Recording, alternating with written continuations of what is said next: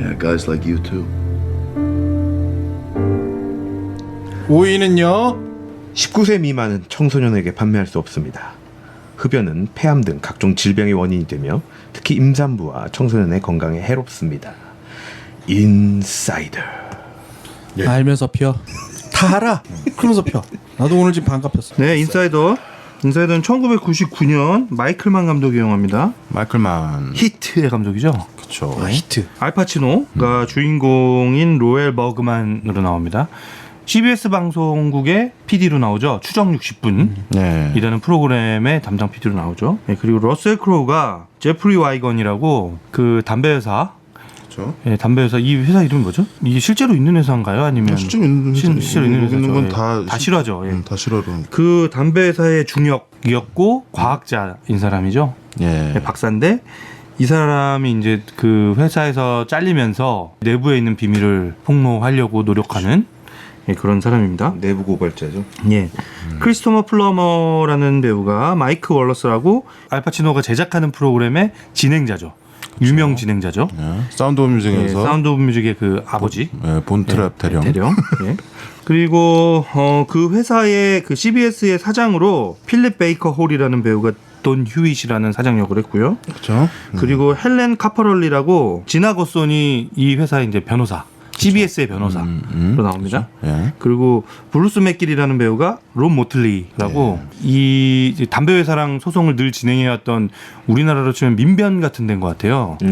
예, 그 변호사 단체의 변호사고 그 제프리 와이건이 미시시피 법정에서 이 증언을 할 때 심리를 이제 맞아요. 진행하는 아주 인상적으로 나와요, 이 사람이. 그렇죠. 예. CBS의 60 Minutes라는 프로그램. 60 Minutes. 우리도 이거 따라서 추적 60분이라는 프로가 생겼죠. 네. 아주 오래되면서 되게 그 시사 TV 매거진이라고 하죠. 그 뉴스 쇼인데. PD 저널리즘이라고 하죠. 그렇죠. 예. 우리도 이거 PD 수첩 뭐 이런 것들이 다 예. 뭐 PD 저널리즘. 2580 뭐 이런 류의 이 싫어하죠. 싫어하고 담배 회사 내부 고발자와 그거를 보도하는 60 Minutes의 얘기를 영화화한 거예요. 이거는 뭐 싫어하고 뭐 다 나와 있으니까 팩트는 이 소송에 대해서 간략하게 설명할 수 있는 사람 있나? 최근에 우리나라도 있죠. 최근 담배 소송도 있었어요. 예, 우리나라도 그것도 있었고, 졌어요. 근데 미국은 좀 다르죠. 이 소송의 핵심은 뭐였냐면 담배가 중독성이 있느냐 없느냐 그렇죠. 라는 걸 가지고 국회에서 청문회가 있었던 거예요. 근데 담배 회사 사장들이 쭉 나와서 중독성이 없다라고 증언을 한 거죠. 다들 얘기를 근데 그렇게 내부 자료로는 중독성이 있고 그리고 담배 니코틴을 빨리 흡수시키기 위해서 암모니아를 활용을 해서 그쵸. 이걸 흡입하는 즉시 몸에 흡수가 되게끔 만드는 어떤 그런 기술이 있다라는 거를 비밀로 하고 있었는데 이 와이건이 이제 폭로를 한 거죠. 그 저기 러셀 크로우인데 이 사람이 뭐 해고가 되나 뭐 이래가지고 마치 우리 그 옛날에 박용철 변호사, 김용철. 김용철 변호사, 네, 완전 김용철 변호사 그거랑 얘기인 비슷하죠. 것 같아요. 네. 예. 그 삼성의 비밀을 그 내부자였던 사람이 나와서 그 시기도 뭐 그렇게 이게 90년대 중반 얘기거든요. 이 담배 회사 이거가. 아무튼 그래서 그 내부 고발자는 러셀 크로우가 그거를 알파치노는 그 60 Minutes의 PD죠. 예. PD와 연결이 돼서 내부 고발을 하고 그걸 보도하는 그런 과정을 다룬 영화죠. 다른 영화죠. 예. 근데 처음에는 절대 정보원을 보호하겠다. 자기는 보호한다라는 이제 조건 하에 얘가 이제 자료도 보내고 주고 증언도 하죠. 근데 이제 회사에서 알아요. 회사에서 알아서 이제 얘한테 협박을 해요. 얘한테는 그 와이건한테는 딸이 둘이 있는데 그 중에 큰 딸 같은 경우는 천식이 굉장히 심해서 그렇죠. 의료보험이 없으면 되게 큰일 나는 상황이거든요. 근데 의료보험을 회사에서 해고는 했지만 유지를 해주고 있었는데 이제 그걸 뺏겠다. 너 비밀 지킬 수 있어? 라고 얘기하면서 협박을 하는 거죠. 그 얘가 이제 자기도 궁지에 몰린 이상 진실을 밝히기 위해서 더 노력해야겠다라고 이제 생각해서 이제 적극적으로 협조를 하기 시작하죠. 적극적으로 협조를 해서 프로그램도 다 만들고 인터뷰도 나갑니다. 근데 그 CBS의 담배 회사가 이제 소송을 걸면 소송에 휘말리게 되고 잘못하면 회사가 파산까지 할 수 그렇죠. 있는 지경에 이르는 거예요. 그러니까 회사 내부에서는 계속 이 방송을 못 나가게 하려고 그렇지. 또 거기서도 막고. 이제 예. 근데 좀 뭐랄까 이게 저널리즘의 어떤 갈등이 있어. 왜냐면 이걸 내보냈다가는 회사가 망할 수가 있는 거지. CBS면은 굉장히 유서 깊은 방송국이고 오래된 방송국인데 큰 회사죠. 아까 그 지나거슨 이런 게 이제 방송국의 변호사잖아. 예. 근데 결국 방송 프로그램 만든 거를 몽땅 못 내보내고 예. 편집해서 편집해서 내보냈지. 인터뷰 부분을 삭제해서 내보냈죠. 실제로 첫 방이 그랬대요. 그리고 그 다음 해에 원래 그거 다 나왔다 고 그러더라고. 그 브라운 앤 윌리엄스는 뭐가 나오는 담배예요? 브라이언 윌리엄슨이 B&W죠. 쿨 뭐 이런 거. 칼튼. 우리는 별로 안 피는데 럭키 그 스트라이크, 담배 럭키 스트라이크라고 있지. 럭키 럭키 스트라이크. 스트라이크는 한다. 이게 뭐 엄청나게 큰 회사고 여기서 보면 세븐 드와프스라 그래요. 그러니까 일곱 난장이. 예. 그래서 일곱 개 담배 회사를 담배 사장. 일곱 난장이라고 하더라고. 그런 실제로 그런가 봐요 미국에서. 뭐 이건 도움이 될지 모르겠는데 최근에 우리도 소송을 15년 동안 30명이 했어요. 주로 폐암 걸린 사람들이. 담배. 근데 최근에 대법원 판결이 났는데 쟁점은 뭐였냐면 담배 회사가 불법을 저지른 일이 있는가 하고 담배 흡연과 폐암에 연관관계가 있느냐인데 두 개 다 무죄인 거야. 그러니까 그건 입증 못 하고 그건 미국에서 입증이 안 됐어. 흡연과 폐암은 입증이 할 수 없는 거고. 우리는 근데 좀 다른 게 그 의료 공단이 소송을 한 거잖아. 이번에 한다고 그건. 공단이 이제 건강보험공단은 이제 소송을 한다고. 뭐 한다고 하더라고. 근데 그 자료가 있으니까 그거는 어떻게 될지 좀 귀추가 주목이 되죠. 근데 미국은 이 소송이 굉장히 많았어요 옛날부터. 그래서 담배 결국엔 소송. 지금 이 건으로 해가지고 담배 회사가 뭐 1년에 뭐 몇 조? 막 이렇게 돈을 내죠. 그래도 버는 거야. 그러니까 엄청 피는 거지. 대표적인 휘슬블러에 대한 영화잖아요. 그렇죠. 내부 고발자. 내부 고발자. 그래서 내부 고발자를 보호하는 장치가 이 사건으로 인해서 조금씩 더 생겨나는. 처음에 이 사람한테 물어봐요. 알파치노가 와이건한테 왜 당신은 그 담배 회사를 갔냐? 당신은 내가 보기에는 이 회사랑 그렇게 맞는 사람 같지는 않은데 왜 갔냐? 그러니까 다른 이유 없다. 돈 많이 주니까. 그렇죠. 그렇죠. 이 사람은 학자인데. 예, 그 얘기를 하죠. 근데 그리고 나서 이제 나중에는 결국에는 회사에서 이제 잘리고 그 학교에서 화학 선생이 되죠. 고등학교에서 화학 선생이 되는데 이거는 너무 그 김용철 사건이 너무 연상되는 얘기들이더라고요. 김용철도 삼성에서 검사하다가 그렇죠. 네, 삼성으로 돈 많이 주니까 검사. 갔고 그 이후에 폭로한 이후에는 빵집 하잖아요. 그렇죠. 그 나중에 그 고등학교 찾아가서 면접 보는 게 있잖아. 예. 카페테리아 같은데 앉아서 교장이 아니 이런 이력서인데 왜 우리 고등학교에 오셨어요? 그랬더니 가르치고 싶다고. 뭐 그래요. 그 내부 고발자 우리 전에도 몇 번 얘기를 했지만 이 내부 고발자 저널리즘에는 굉장히 중요한 요소예요. 그렇죠. 왜냐하면 내부 고발자는 뭐 무조건 특종이지. 내부 고발을 한다는 것 자체가. 근데 사실 우리가 저번 시간에 더 트루스에서 다뤘던 것처럼 이 내부 고발자를 보호해야 되는데 기자가 밝히지 않는 거지. 근데 여기서도 처음에 보호하다가 나중에 이제 자기가 하겠다고 그래서 공개를 하는 거죠. 근데 그 뒤에가 사실 문제야. 그러니까 내부 고발자들이 나는 그렇다고 봐요. 그러니까 그거를 방송국이나 신문사가 보호해 주는 거가 한계가 있다고 봐요. 기자나.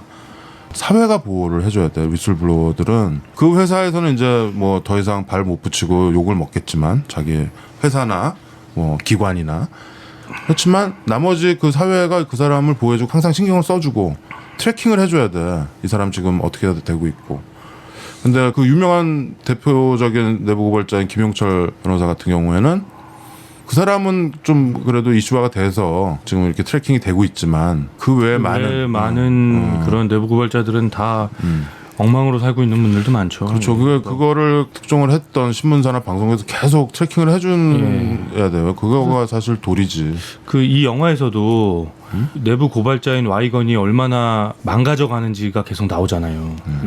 아내도 자기를 등지고 이혼당하고 혼자 뭐 돈도 없고 되게 가난하게 이제 되고 이렇게 망가지는 과정. 본인은 약간 이제 정신병 같은 그런 병도 약간 없고 뭐 이렇게 되는데 이거를 이제 지켜주려고 노력을 하는 거죠. 이 알파치노는. 그렇죠. 그걸 지켜주려고 회사와도 싸우고. 그래서 회사와 이렇게 토론하는 장면 있잖아요. 회사에서는 인터뷰 보면 빼고 한다. 이거 너무 우리 부담 크다. 라고 해서 근데 이제 지금까지 자기의 모든 거를 걸고 저기 고발을 한 사람을 우리가 지켜주겠다라고 보호해주겠다라고 약속을 하면서 그 사람한테 이 정도까지 끌고 와놓고서 이제 와서 우리가 손해 볼 것 같으니까 발을 빼겠다는 게 당신은 비즈니스맨이냐 뉴스맨이냐 그렇죠. 막 그러면서 막 이제 싸우는 장면이 있죠. 근데 결국에는 못 이겨요. 회사를 못 이기고 굴복하고 사장도 너 휴가나 가. 너 더 이상 있지 말고 휴가 가. 그래서 휴가지에서 아내랑 하는 대화에서 그런 얘기를 하죠. 그 자조적인 얘기예요. 소신껏 일할 수 있는 다른 직장이 있을 거다. 아내가 그런 얘기를 하니까 소신은 돈 있는 놈들한테나 올리는 거야. 어? 나는 지금까지 멍청한 짓만 해왔다. 라고 자조적으로 얘기를 하죠. 스스로. 그렇죠. 왜냐하면 알파치노는 저널리즘 정의를 믿어. 예. 믿고 있어. 이 사람은 그 60미니스를 오랫동안 PD를 15년을 했다고. 만들어 온 사람이기 때문에 첫 장면이 그건 무슨 어디 이란 같은 데 가서 헤즈볼라 네. 뭐 이렇게 만나고 이러는 거잖아. 그다음에 약간 그 묘한 관계가 있는데 그거의 사회자인 크리스토퍼 플러머 네. 이 진행자 네. 진행자도 마치 앵커처럼 이 PD와 이 둘의 어떤 팀워크 있죠. 근데 알파치노가 되게 좌절하는 게 평생을 같이 해온 사람이. 예. 그 해왔던 그 저널리스트가 굴복을 하잖아. 그걸 보고서 되게 실망하지. 근데 나중에 또 와서 또 얘기하는 거 보면은 또 그러니까 이 영화의 좀 포인트는 이 위태로운 저널리즘을 어떻게 지켜내는가를 보여줘요. 그 언론의 자유가 보장돼 있다는 미국도 거기도 철저한 자본 논리에 휘말려 있는 이 세븐 두업스 그 7 담배 회사가 얘네들을 잡아먹으려고 CBS 정도는 너끈하게 무너뜨릴 수 있거든. 담배 회사 7개가 합치면. 그런데 거기에 대항해서 PD가 싸우는 거지.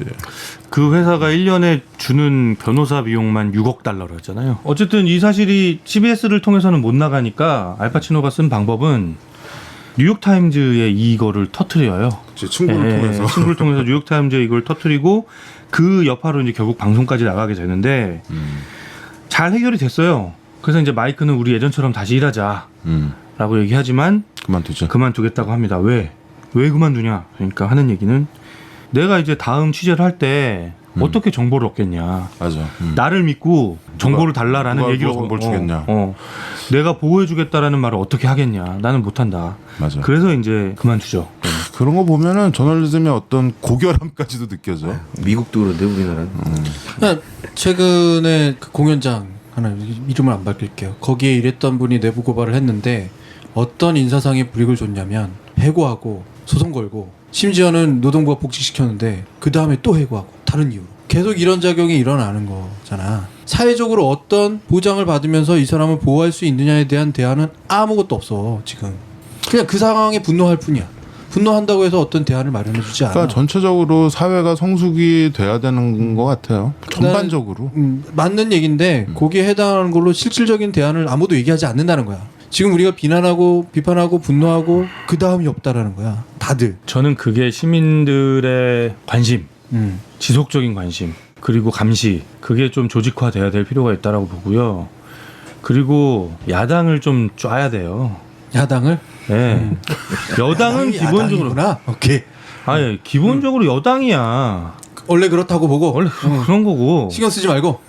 야당이 계속 이거를 언론을 이 시스템을 제대로 만들 수 있게끔 그 야당이 움직여야 되는데 그나물의 그 밥처럼 안 움직이잖아요. 예? 그 왜 방송 공정성 뭐 특별위원회라는 거 만들어서 했는데 그 몇 개월 동안 활동했는데 아무것도 못했거든요. 나는 최근에 인상적인 내부 고발자가 둘이가 있었는데 한 명은 총리실에서 민간인 사찰에서 그거 내부 고발한 그 어떤 주무관인데 그분이 되게 인상적이었고 이번에 그 국정원 사건 때 권은희 그 경찰 과장인가 그 여자분 박사야. 여자분. 그분은 사실 내부 고발을 한 건 아니야. 진실을 얘기했을 뿐이야.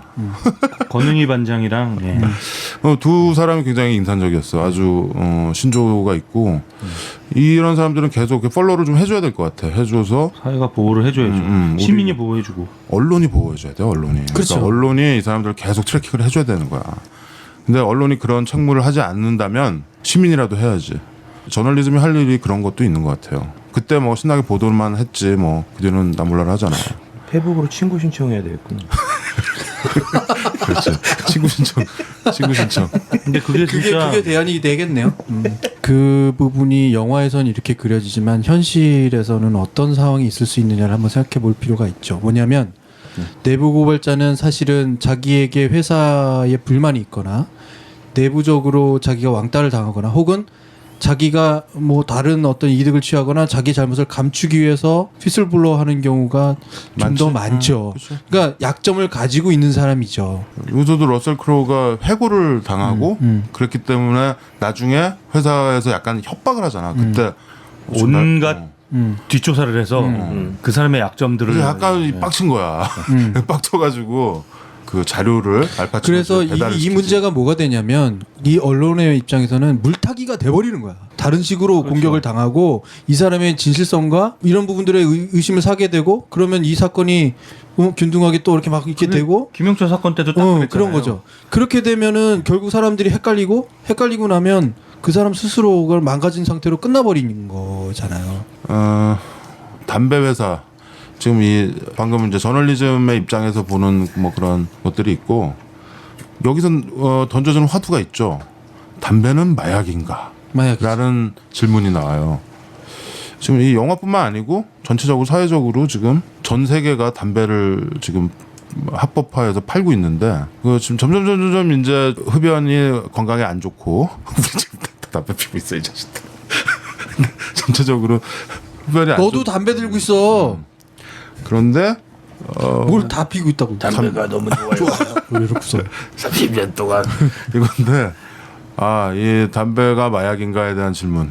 그렇다고 하는 순간 엄청난 소송과 이런 게 이제 벌어지겠죠. 담배 회사들이 그리고 또 싸우고. 그러니까 담배 회사들도 되게 좋은 일 많이 해. 무슨 뭐 캠페인도 하고 건강 뭐 이런 것도 하고 뭐 TV에도 담배 광고 안 하잖아요. 그리고 이제 뭐 하게 돼 있어요. 그리고 이제 막 모든 나라에서 이제 담배 회사들을 압박하기 시작을 했죠, 사실. 하지만 담배를 마리화나나 이런 것처럼 불법화하지는 않잖아.